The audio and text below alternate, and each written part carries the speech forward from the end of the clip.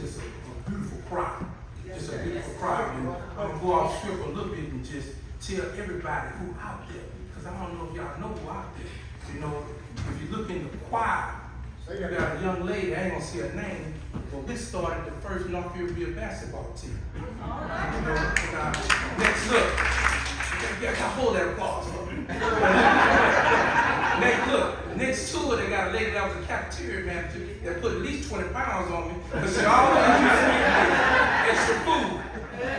You know, you come down into the pulpit, you probably got the greatest female athlete ever to grace West Baton Rouge. She is the only female athlete to get the Baton Rouge Metropolitan Female Athlete of the Year. Went on to college, coasted college, and majored D1. You got a pro football player out there. You got a HBCU national champion football player out there. You got a guy out there that's the Bruley basketball coach is named after him. You got 2 basketball players out there that I coach. You got 6 administrators in there. 6 administrators of high schools in here. You got a state championship powerlifter in here, and you got a state championship basketball coach, a basketball player in here. This is a wow. Amen.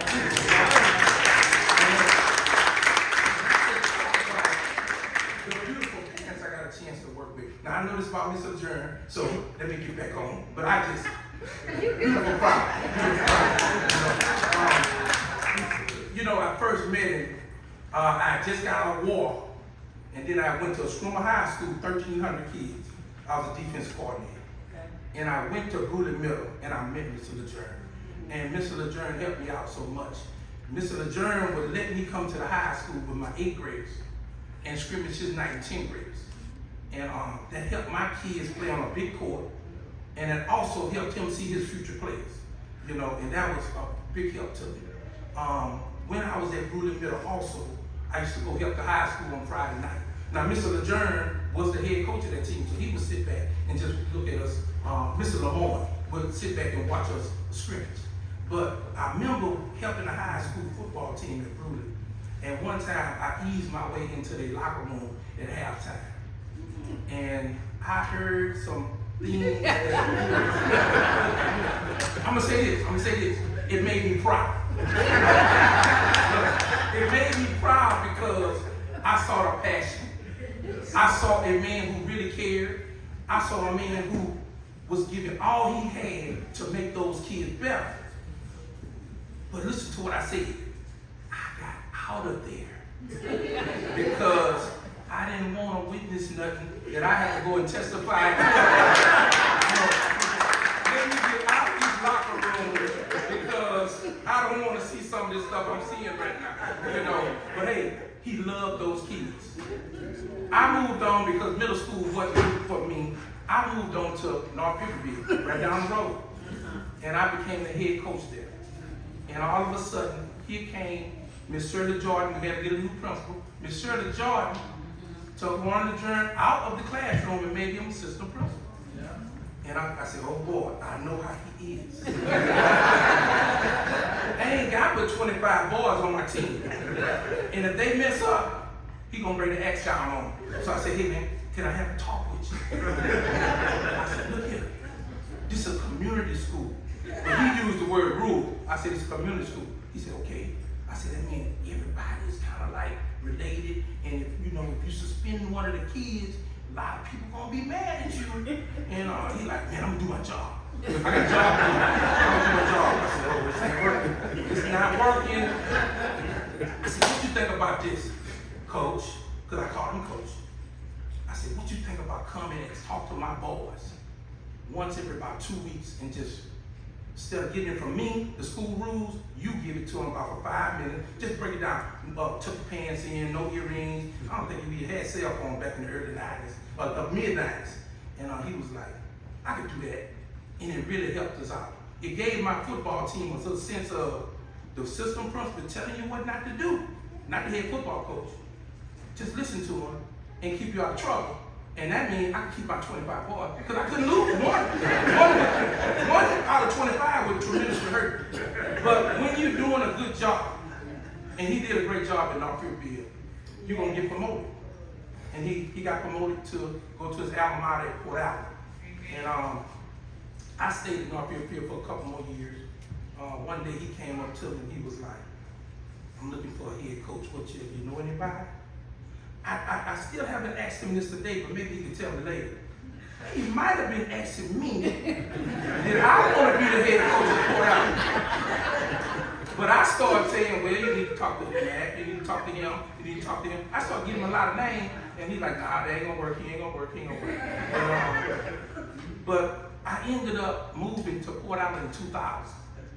I was 3 miles away from the school. I was 15 miles away from Northfield Field. And I said, the school is a little bigger, that'll be a good choice for my kids. And also, I'm 3 miles away from the school. So I'm gonna make a move. So I moved to the school, and we had some situations in Port Allen. We had some very tough situations. And we had to straighten out. And I remember coming to him 3 years into my journey at Port Allen. My son was in 8th grade, he was finna come to 9th grade. And I went and talked to 3 men, and 2 of them in here right now. And one of them was a Caucasian head football coach who was a little crazy. Okay. One of them was John Williams. And I said, are you gonna bring your kid to this school? And John said, if my kid passed that test, he was having a problem with the 8th grade elite test, my kid gonna be here. I said, okay, I got a commitment right there. So I go to Mr. Lejeune. I said, are your kids coming to this school? And he said,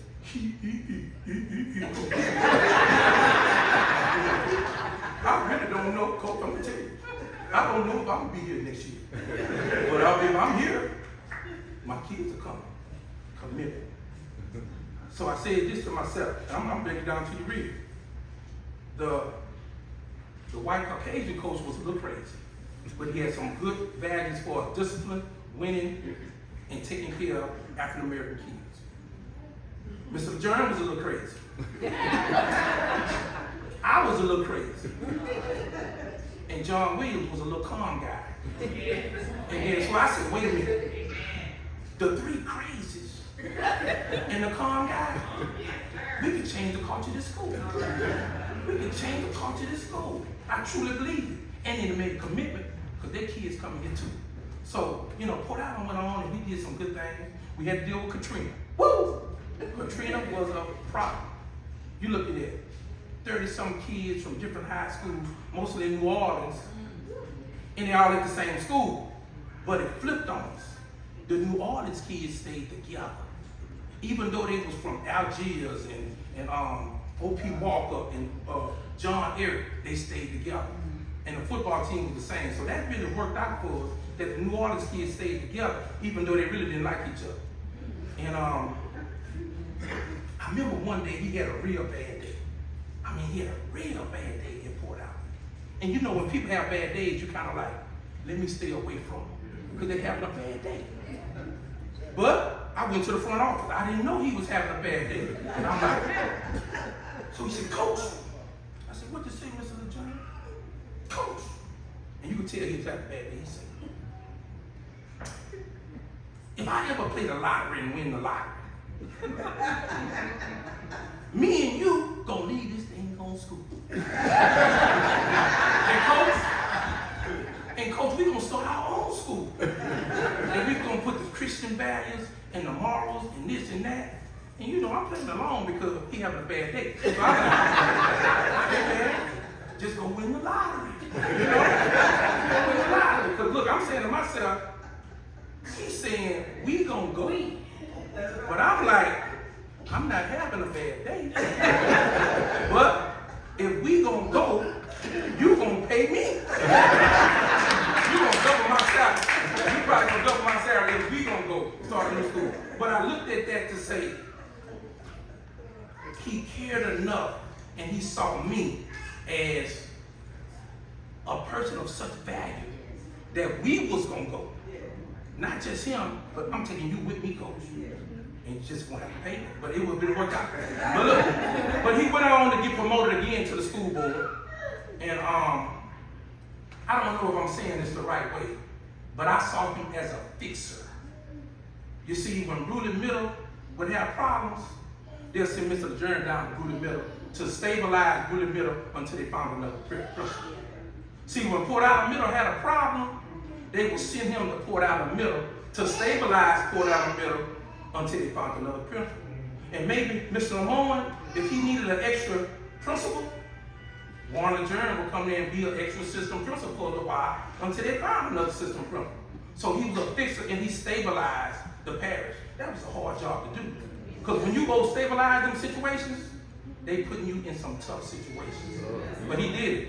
Then he took over all the security in West Baton Rouge. I don't know about the other schools, but Fort Island High got 32 cameras. We got every spot in that school covered, unless it's a spot that you can't cover. And he was over that security. And about 3 years after he had left Port Island, he would come up to me and he would give me a hug. I ain't talking about no regular hug. It'd be one of them hugs that your mama give to you like, hey mom, let me go now. Because she don't know it's gonna be the last hug she gives you. Y'all know that kind of hug? Like, hey, what's going on here? Mr. Lejeune would give me one of them hugs and I'd be like, what's going on here? And I'm like, this is what I think. I don't know, I ain't never asked him. I respect you, coach. We've been in this fight for 30 years. We helping these kids. We busting our butt. And we still going on doing this. I think that's what that hug meant. Because it wasn't no regular hug. It really was awkward in a way. But, so I'm looking at this man and, look at the titles, man. 34 years of education. Teacher, coach, assistant principal, supervisor, father, husband, pastor, military person. I think a military officer, and I'm a military officer. All them titles that he had, and he's always held himself at the highest standard. And coach, I'm gonna close by saying one thing, man. And you and Miss Phyllis, y'all just, you keep moving, because you gotta keep moving to live. But coach, enjoy your life. If y'all wanna go do them hiking trails, if you wanna stay here for 20 more years as a pastor, I don't care, but do what you wanna do, because man, what you have done in your life for them 34 years, you deserve it, man.